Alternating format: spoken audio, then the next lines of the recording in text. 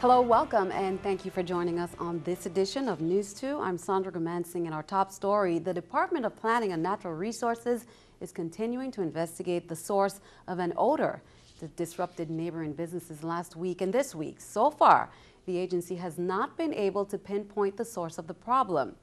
NEWS2's Erica Parsons has more on the story.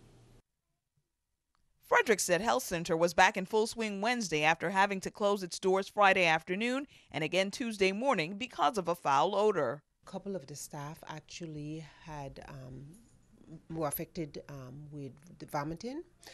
Many of the patients complained of choking. To tell you the truth, I had sore throat for years. This morning I wake up with a sore throat. You know what I'm saying?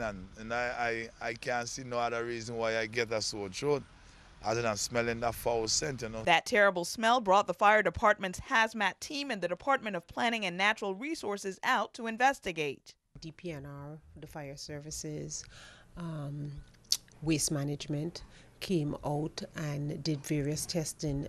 At this point, it has not been identified as to what exactly the odor is or what the source was, but they're still doing evaluations. DPNR said in responding to citizen complaints, they discovered that waste management was working in the area to update the sewage system.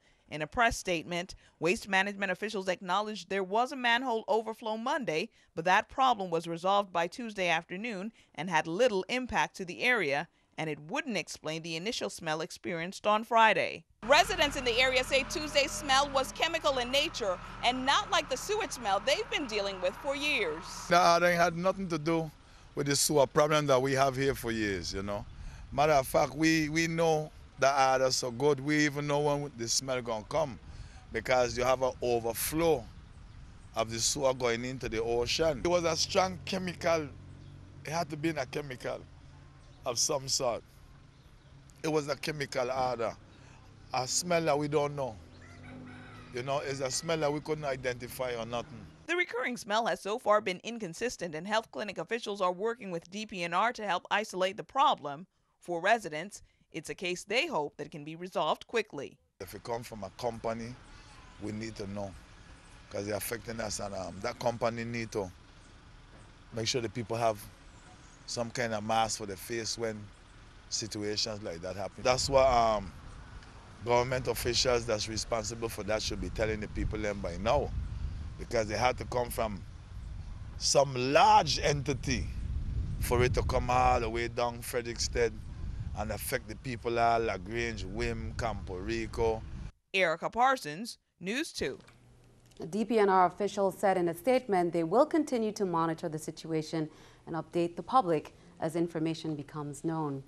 VIPD administrators and the staff at the St. Croix John H. Woodson Junior High are working together to investigate a burglary that occurred on the Woodson campus Tuesday evening. Only the school's main office was affected, and equipment taken during the break-in ranged from computers to radios and other supplies.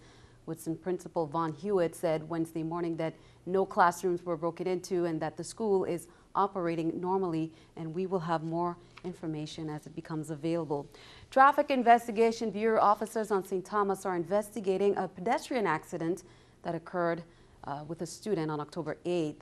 And what happened is, according to the preliminary report, a 12-year-old male student from the Moravian School was walking towards the Niski Center, and a Ford Ranger was traveling west on Moravian Highway. The boy said there was an iguana on the sidewalk, which startled the child, causing him to leap into the street directly into the path of the vehicle. The boy landed on the hood of the car and sustained bruises on his left forearm and back. Traffic Investigation Bureau officers continue to investigate this case. Who would vandalize the Eudora Kean High School tilapia farm? After 2 years of hard work, Principal Sharon Mc Collum says about 800 to 1,000 fish from the tilapia farms have been killed, possibly poisoned. School officials are hoping anyone with information on this will come forward. Upon entering the hydroponic area, they found hundreds of fish on the ground. Someone had come over the fenced area, squeezed themselves in, and it's quite a tall area that they had to climb over. cut the netting that covers the tanks, took some of the fish out, about a couple of hundred of them, and strew them and left them on the ground, which meant that those fish suffocated. But at the same time, some type of substance, which we are having tested, as well as specimens of the fish, was thrown into the water. And because of the filtration, all of the tanks, there are 4 of them, all of the fish in those tanks died. We are going to come back. This is not the end of this project. We will just secure things a bit more. And we have gotten a lot of response from the community. The governor and Mrs. DeYoung have spoken to me this afternoon. They are very disheartened by this, as well as everyone else in the community. And I've also been getting calls nationally from people that have been following this project as well. So it has far-reaching effects. We are reviewing the we're reviewing the cameras that we have, and we're also viewing images from the businesses in the Red Hook area. There will be no stone unturned in our efforts to find the individual or individuals who did this. A bill that would establish charter schools in the territory is stalled for now. After several hours of testimony and debate Wednesday, senators from the Committee on Education and Workforce Development voted unanimously to hold the bill in committee for further consideration. I've sat here 5 years, and all I have heard is, we are implementing this, we're implementing that, program after program. We have made gains, but not fast enough. And the data clearly shows that charter schools were not the magic pill or silver bullet. They provide and offer alternatives and choices for parents and students. And this is about choice. This is about something that can happen and bring about radical, rapid change to capture those boys and girls that we are losing every day.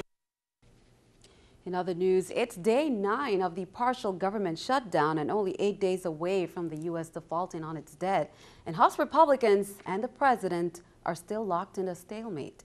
Caught in the middle, family members of those who have paid the ultimate price for our country. Danielle Nottingham reports from Capitol Hill. The flag-draped remains of Private First Class Cody Patterson and 3 comrades killed in Afghanistan arrived at Dover Air Force Base. Family members were there for the solemn ceremony, but were told their survivor benefits have been suspended because of the partial government shutdown. Amy Nyberger Miller lost her brother in Iraq in 2007. She now helps families when a loved one is killed in action. And this is money that helps pay for household bills and the light bill and the car payment and other bills because the service members' pay is cut off after they are deceased. The House voted to restore benefits Wednesday afternoon, and the Defense Secretary announced the families will get their full benefits with help from the Fisher House Foundation. The Defense Department will reimburse the charity when the government reopens. If the shutdown doesn't end soon, it could also take a toll on veterans. The Veterans Affairs Secretary told a House panel next month's disability checks may be halted for about 3.8 million veterans. What is best for veterans and for all of us right now is a budget for the entire federal government. Let us get back to work. The stalemate and finger-pointing continued on Capitol Hill, while the president asked House Democrats to the White House and made plans to invite Republicans in the coming days. Danielle Nottingham, CBS News, Capitol Hill. And keeping our eye on the economy, stocks are getting a much-needed boost from news that President Barack Obama will name Janet Yellen to succeed Ben Bernanke as the next Federal Reserve chairperson. As the current vice chair of the Fed, Yellen has supported policies to keep interest rates low. General Motors is recalling nearly 22,000 full-size pickup trucks. The recall affects 2014 Chevrolet Silverado and GMC Sierra pickups. Safety regulators say the front seats could move in a rear-end crash, and the headrests may not protect passengers. This is the New York Stock Exchange with Scotiabank Stock Market Watch. The Dow up 26, NASDAQ down 17. Coming up on News 2, we have much more straight ahead. We'll be right back.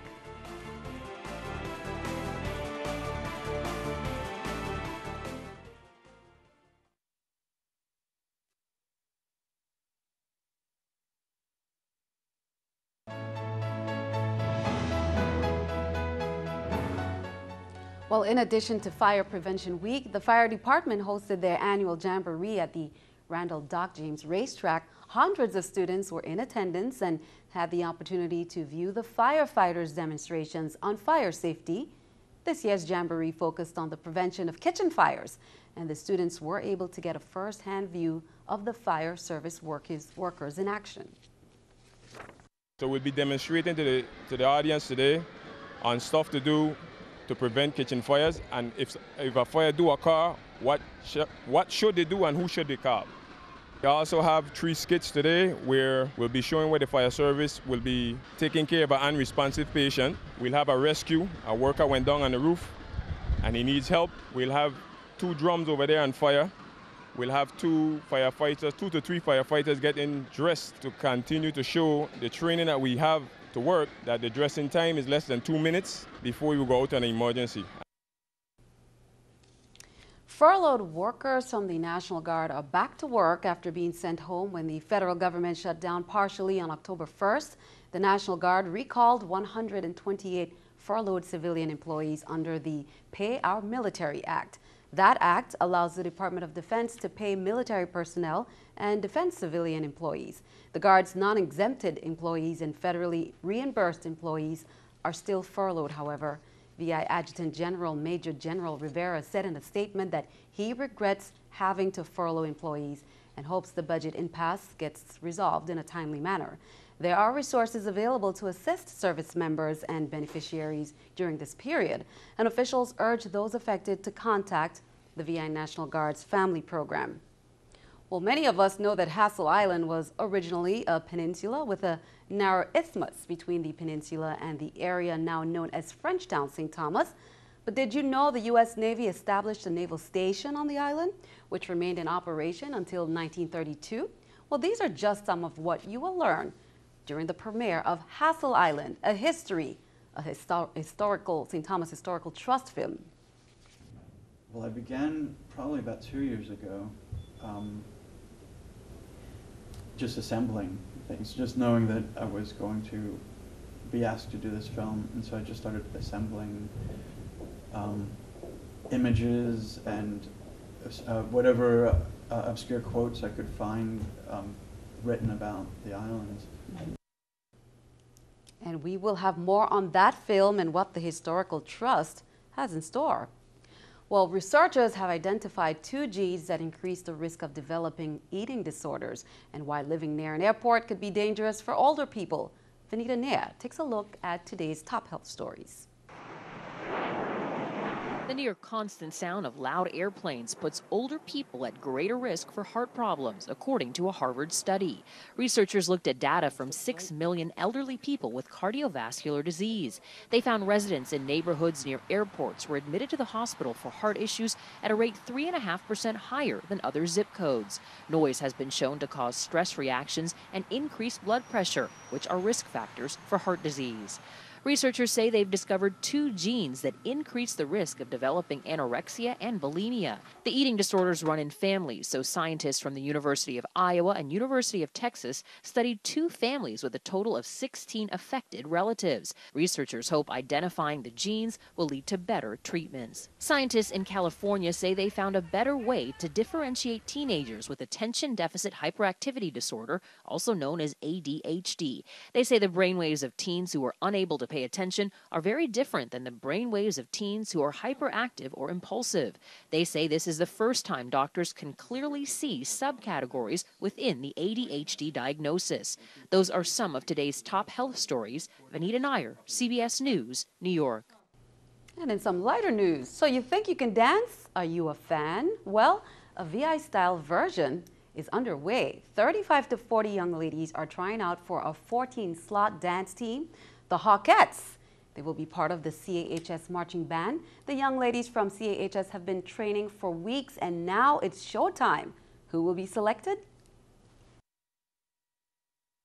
The audition is actually open to high school students. 4 weeks ago, they filled out a form.